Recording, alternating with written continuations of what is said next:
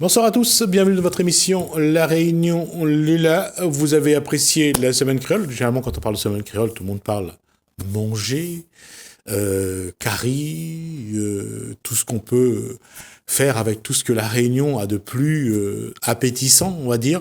Là, on va parler de quelque chose de différent. Il y a un oiseau dessus, c'est un paillet en queue, mais on va parler du livre de Nouvelles de la Réunion et d'ailleurs de Marie-Claude Barbin, c'est dans Cosmo Réunionnais.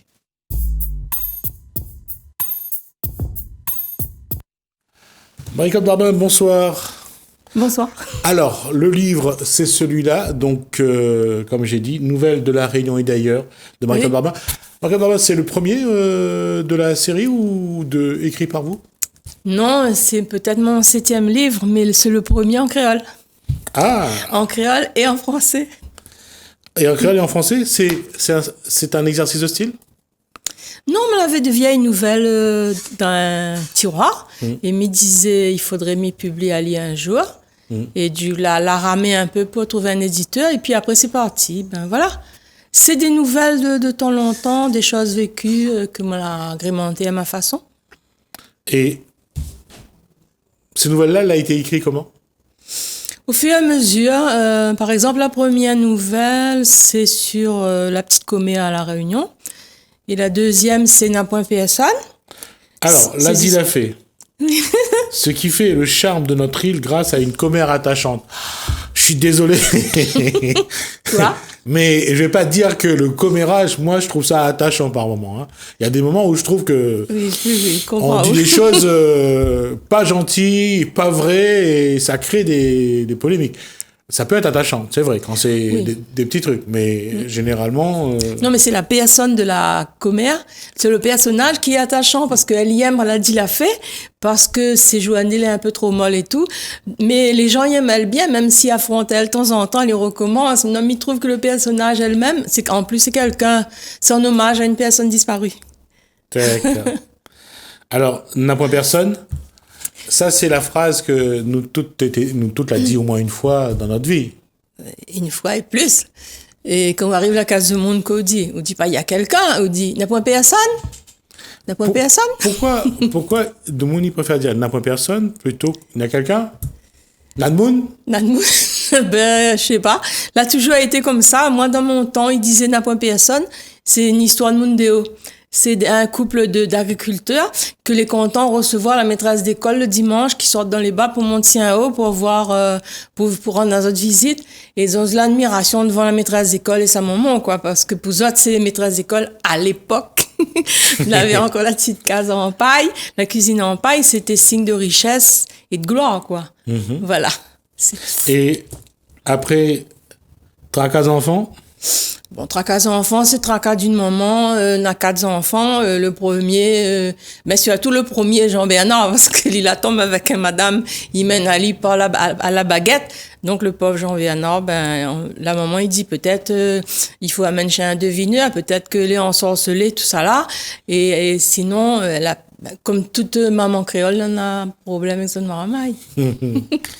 C'est une histoire que vous connaissez? Oui. C'est ce que vous voulez dire. Alors, l'Australie, c'est un pays, les gaillards. Alors là, c'est la découverte de l'Australie par une jeune adolescente de 15 ans, qu'elle est partie avec son papa, sa maman, son mamie, son papy, en Australie. Elle y découvre Phillip Island, l'endroit où il y a des pingouins nains qui sortent dans la mer le soir, et les autres a pris un billet pour aller visiter cette réserve d'animaux sauvages, et elle y découvre les koalas, les wallabies, et puis il arrive une affaire dans la case, enfin, il y a un suspense, quoi, il arrive un truc à la maison, et elle a eu peur. Elle a eu très peur. Allez, on va pas dévoiler le suspense. Alors, croisière Costa les DOS, pourquoi? Oui. Parce que c'est un couple de réunionnais, les enfants ont un billet pour le 30e anniversaire de mariage, et ils ont gagné un billet pour aller Costa Croisière d'un PL de l'océan Indien. Et là aussi, pareil, il y a des aventures.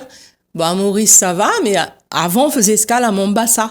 Maintenant, on a arrêté. On va préciser où se trouve Mombasa. Mombasa, c'est en Afrique du Sud. Voilà.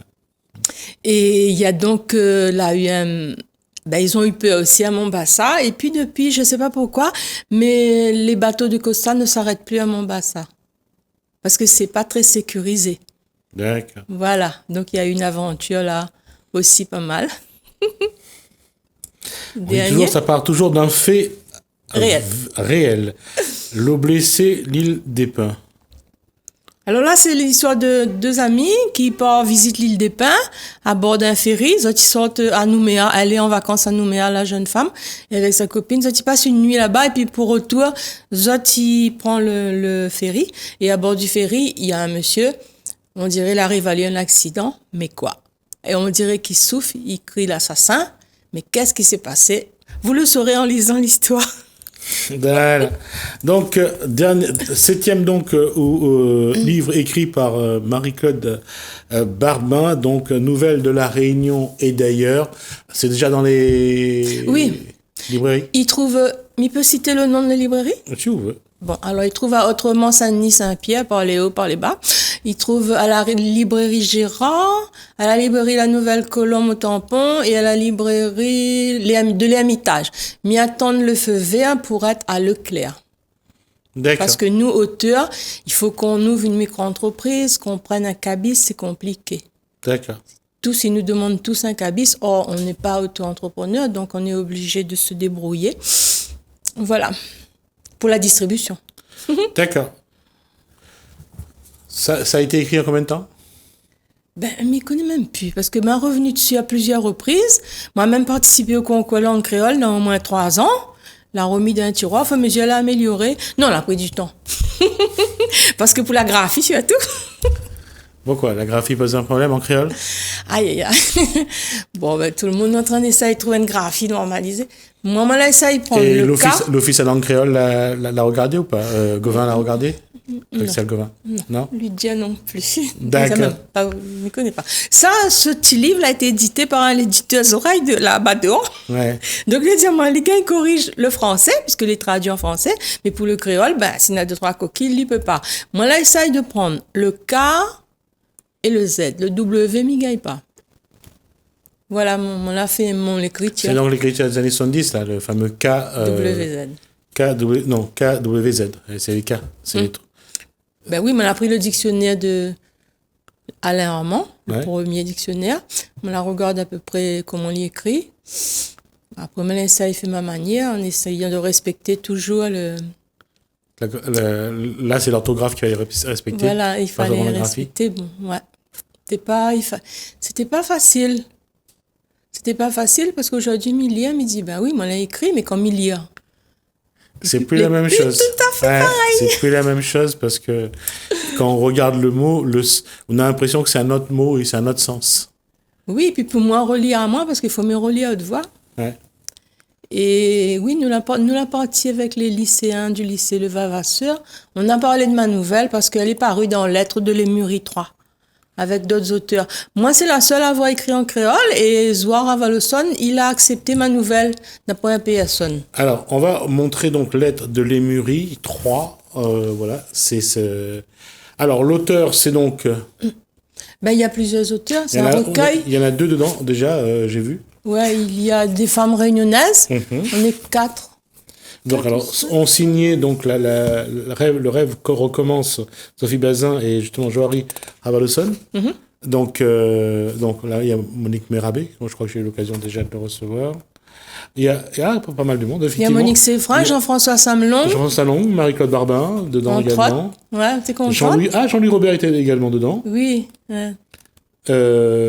Ananda Devi également y est. Mohamed M. Saïdi est également dedans.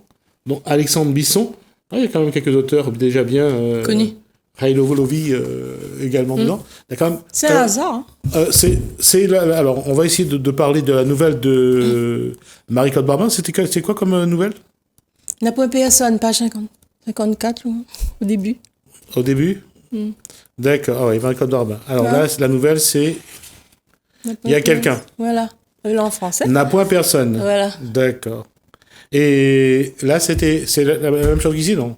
C'est la même chose. C'est la même chose? Ouais, c'est extrait de ce livre. D'accord. Et lui, il est sorti il n'y a pas longtemps, après le confinement. Et mon livre est sorti tout de suite après, comme par hasard. Donc, ben voilà. la première personne, c'est vraiment quelque chose qui pour vous, c'est un trait de la Réunion. Mais je trouve que c'est la plus jolie nouvelle et plus facile, par exemple, pour lire, quoi. Pour lire à haute voix et pour raconter, mais je trouve que il traduit beaucoup plus la Réunion longtemps. Et puis, créole français, c'est facile de choisir, de passer de l'un à l'autre. Elle est compliquée. Parce qu'en créole, la phrase, elle est courte. Et en français, il faut trouver la traduction qui colle le plus à la phrase. Ça, c'est pas facile. Est-ce que c'est pas aussi le fait qu'en créole, on peut faire ce qu'on veut? Exact. Et qu'en français, on a quand même un code, un cadre, on a quand même des règles de vocabulaire, d'orthographe. Ben oui, parce qu'en créole, comme le KW, ça ira quoi aussi la phrase. Et après, on a une image en créole, une image dans la tête que tout le monde en a. Et quand pour traduire ça en français, des fois, on est obligé de contourner, de trouver un autre système pour essayer de trouver la traduction en français. Parce que c'est pour rendre la littérature créole, le causé créole, il n'est pas facile de l'écrire en français, mieux veut dire. Pour moi, alors, hein. Je ne m'y connais pas. Non, parce que la question était toujours là, c'est ne serait-ce que quand on cause créole. Quand il cause créole, quand on est, par exemple, sur un plateau télé, on cause pas créole naturellement, ou force ou un peu. Oui. Dans le chemin, on cause créole comme on veut, il passe. D'accord? Mais, et puis, il faut comprendre là où. Quitte tabourette, sobat de cause, là, des mots ou évite de prononcer devant surtout devant nos enfants, parce que tu connais pas non plus, hein, on a des mots, La nouvelle génération veut dire la vieille tobose, par exemple. Voilà. C'est un mot que nous utilisons là-bas dedans. Oui, mais que nous évite aujourd'hui. Le zampon, tout ça. Ouais, zampon. Vous pouvez passer de l'eau dedans. Ouais, ça c'est les feuilles de Gaïa de Vacois, les feuilles de palmis plutôt. On va prendre zampon, c'est la queue de la feuille, il formait un petit peu de récipient. Les gens au bord de la mer ils mettaient de l'eau de mer dedans pour avoir un peu de sel. Là. Oui, des fois dans les hauts, nous mettez plusieurs aussi pour faire descendre de l'eau dans le canal. Oui, aussi. On appelle ça une irrigation. Voilà, quand on dit en français, irrigation, c'est plus facile à dire que de te mettre bonne feuille, elle a la queue le, comme ça de l'eau coule. Oui. C'est pas le créole est imagé, mais pour expliquer parfois, c'est pas. Non, parce que oui, mais avait une copine Zora, elle est arrivée à la Réunion. À chaque fois, elle a longtemps, hein. Elle avait une classe, elle était en primaire et puis elle comprenait pas rien du tout en créole. En plus, elle était monitrice de voile, donc elle a été parachutée là. Elle te rouvre la porte chaque instant, elle disait, traduis pour elle, s'il vous plaît. Comment, Maïka se calme. Mais essayé de traduire, mais c'était pas évident. Une fois, elle m'y achète les chi, elle y commence à manger avec la peau. Elle me dit, ben non, les chi, mange pas avec la peau. On lève la peau, elle dit, moi, quoi, il était comme fraise. Nous sommes tous un peu, j'allais dire, quand on connaît pas, on ne sait pas. Quand on ne sait pas, on ne sait pas. Il n'y a pas ce machin. On trouve ça drôle sur le moment, mais c'est vrai que c'est un petit peu gênant par moment aussi d'être un peu de ne pas savoir, le peu de ne pas savoir. Mais il y a une chose qui est quand même à dire là-dessus, c'est ces deux publications de Marie-Claude Barbin, y compris dans la lettre de Limuri, c'est que on voit quand même que la réunionnaise ou le réunionnais publie de plus en plus. Ah oui, il y a beaucoup qui publient de plus en plus, mais le problème c'est de trouver un éditeur. Donc la plupart, ils sont auteurs indépendants, donc ils s'auto-éditent ou alors ils vont sur des plateformes. Moi, déjà publié sur Amazon parce que je ne trouvais pas un éditeur, notamment sur le cancer du sein. D'accord. Et comment faire aujourd'hui?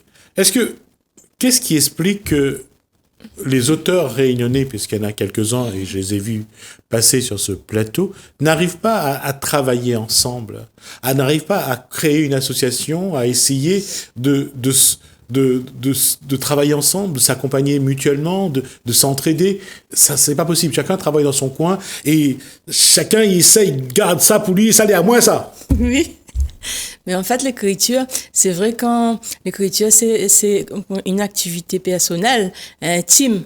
Donc, pour travailler ensemble, c'est compliqué. Et puis, chacun son ego aussi. Les auteurs, ils ont un ego des fois un peu trop gros, qui fait qu'il est compliqué de travailler ensemble. Mais c'est vrai, l'écriture elle-même, par essence, c'est quelque chose de tellement mis répétamment là, intime et personnel que, soit, par exemple, mis en tant que dans des auteurs en créole, ils travaillent ensemble. Ben, c'est bien, mais moi, m'y débarque dans le monde de la littérature créole. Donc, moi, il est encore tout seul. Mi protège c'est que la main, comme ça, maintenant, ils volent pas. Non, c'est pas ça. C'est que c'est difficile d'entrer dans le rond, si vous voulez. Ah, d'accord. Tu comprends? Se faire accepter par les autres, c'est pas simple. Oui, moi, il y a tellement de critiques pour mon livre que la partie publiée à l'idéal là-bas. C'est pas parce qu'un livre n'est pas apprécié par des collègues ou des confrères que c'est pas un bon livre. Le public peut trouver ça très intéressant. Il y a des films qui sont annoncés, qui sont très bien, que tout le monde trouve très bien, qui ne marchent pas, alors qu'il y a des films que du bouche à oreille va amener du public. Ce livre, je pense que ne serait-ce que l'a dit l'a fait, n'a point personne, ça fait. Et puis parler de la Réunion, là on va pas un petit peu dans les hauts, parler de le regard, parce que même si c'est une île de 850 000 habitants, on a de sacrées différences entre tel endroit, telle personne, et à la Réunion on est vraiment différents, quoi. C'est vrai qu'on vient d'origines différentes. Oui, et puis par exemple, dans chaque petit coin, par exemple, la rivière Saint-Louis, il en a un accent très non-chantant, il en a son vocabulaire, Saint-Joseph, il en a encore un autre vocabulaire. Moi, on a vécu à Dodane, avait un autre vocabulaire. Donc, chaque créole, on a ses petits mots spécifiques, quoi. On y trouve. Et que, ben oui, je pense que... Bon, disons, ce recueil arrive à point, parce qu'il est arrivé dans la semaine créole, mais je crois qu'il va trouver son lectorat, c'est-à-dire qu'il part bien le petit livre.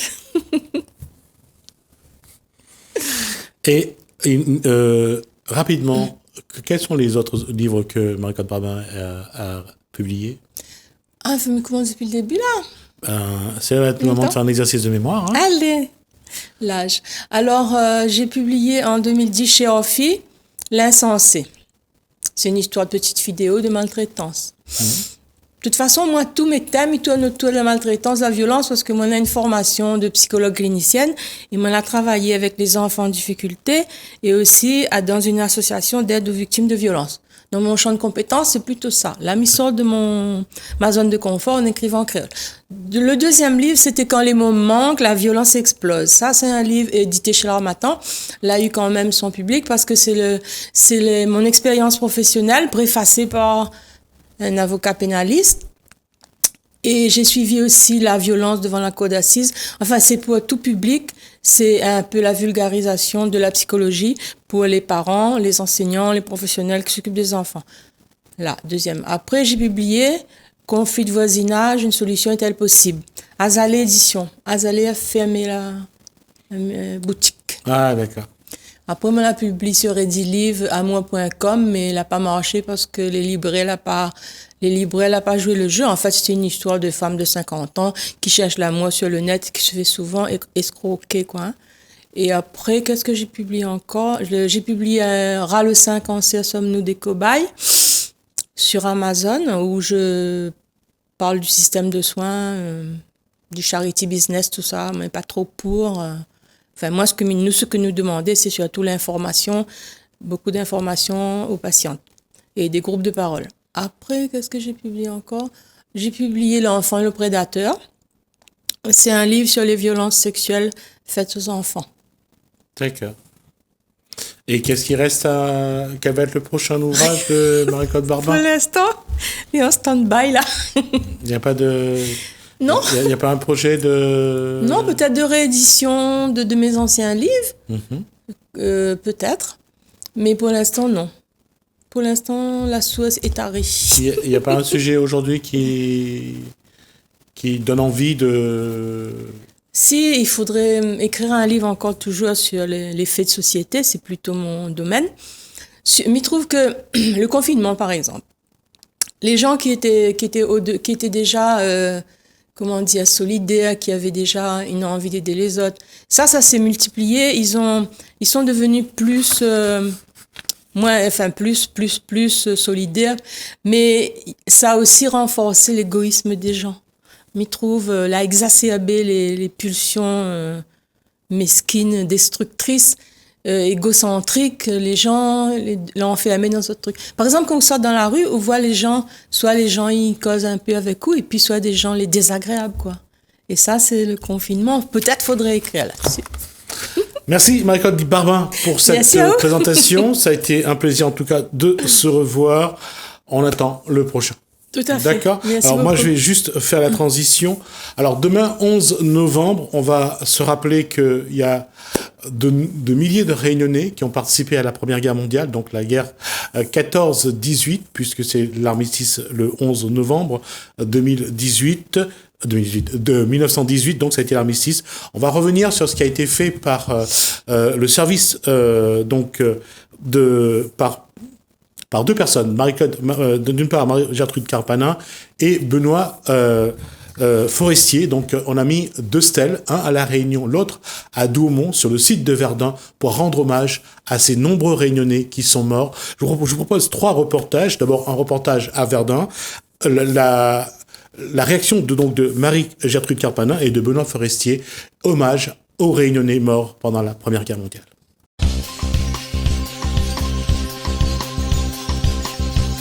Le projet de création de 2 stèles jumelles à Saint-Paul-de-la-Réunion et à Douaumont, tout près de Verdun, en métropole, en hommage aux 15 000 Réunionnais mobilisés lors de la guerre 14-18, a été initié en 2016 par Marie-Gertrude Carpanin, professeure d'histoire-géographie, et sa classe. Marie-Gertrude Carpanin est également adjointe au maire de Saint-Paul, déléguée aux anciens combattants. L'autre cheville ouvrière de ce projet se nomme Benoît Forestier, ancien combattant, membre de l'association Tara et de l'association Le Souvenir Français. En partenariat avec la mairie de Saint-Paul et surtout de son maire, Joseph Sinimalé, Marie-Gertrude Carpanin et Benoît Forestier ont fait construire la première stèle à La Réunion, dans laquelle a été versée de la terre rapportée de Verdun. Cette stèle a été construite dans le Jardin de Liberté à Saint-Paul. La deuxième stèle, construite à l'identique à Douaumont, proche du célèbre ossuaire de Douaumont, contient, elle, de la terre des 24 communes de La Réunion. Celle-ci a été inaugurée le 8 novembre dernier en présence du maire de Douaumont, du premier adjoint au maire de Verdun, d'anciens combattants des communes environnantes, d'un militaire réunionnais engagé dans la Meuse, de 3 Réunionnais installés en métropole et venus par fierté, des sénatrices de La Réunion, Nassima Dindar et Viviane Mallet, et bien sûr de Marie-Gertrude Carpanin et de Benoît Forestier.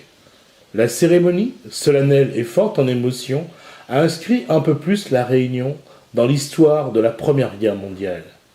Ces 2 stèles jumelles, voulues en premier par Marie-Gertrude Carpanin et Benoît Forestier, rappellent à toute la France en général et à La Réunion en particulier que 15 000 Réunionnais ont été mobilisés à partir du 4 août 1914.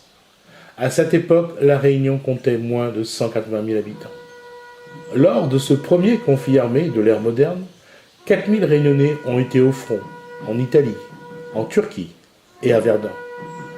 1355 Réunionnais n'ont jamais revu leur île. À leur mémoire, et à la mémoire de tous les Réunionnais qui ont défendu la patrie en 14-18, souvenons-nous de leur courage et de leur sacrifice pour la paix et pour notre liberté. Mourir ensemble, et ce, pour avoir le droit de vivre ensemble.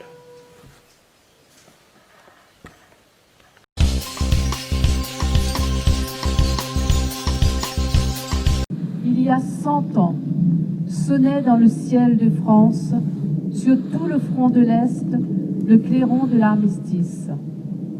Après 40 ans d'une guerre terrible, où s'affrontèrent les nations du monde entier, enfin, une lueur de paix surgissait en ce 11 novembre 2018. Nous savons tous le constat terrible et effroyable de ce premier conflit moderne et industrialisé qui changera jusqu'à nos jours l'équilibre mondial et la façon pour les hommes d'exercer leur pouvoir d'autodestruction. Les combattants de 14-18 ont consenti ce terrible sacrifice en vie humaine et les conditions de vie inimaginables dans les tranchées, pensant que cette guerre était la der des der. Aujourd'hui, nous savons qu'elle ne fut que la première guerre des conflits modernes et la dernière des temps passés. Parmi ces combattants de 14-18, 14 500 d'entre eux furent réunionnais. Ils prirent part aux combats en France, en Italie et en Turquie. Pourtant, 100 ans après, aucun monument ne commémore les combattants des départements français d'outre-mer en général et ceux de l'île de la Réunion en particulier. Aujourd'hui, nous inaugurons donc le monument qui commémore sur le sol métropolitain les combattants réunionnais de 14-18. Le village de Daumont, village mort pour la France, accueille cette stèle grâce à l'accord de son maire, M. Olivier Gérard, que je remercie ici très chaleureusement. M. Forestier l'a rappelé, vous avez écrit quelques mots en nous disant votre fierté d'accueillir ici vos frères réunionnais. Toute la Réunion vous en remercie. Quel endroit plus historique que le site du village de Daumont pour accueillir ce monument.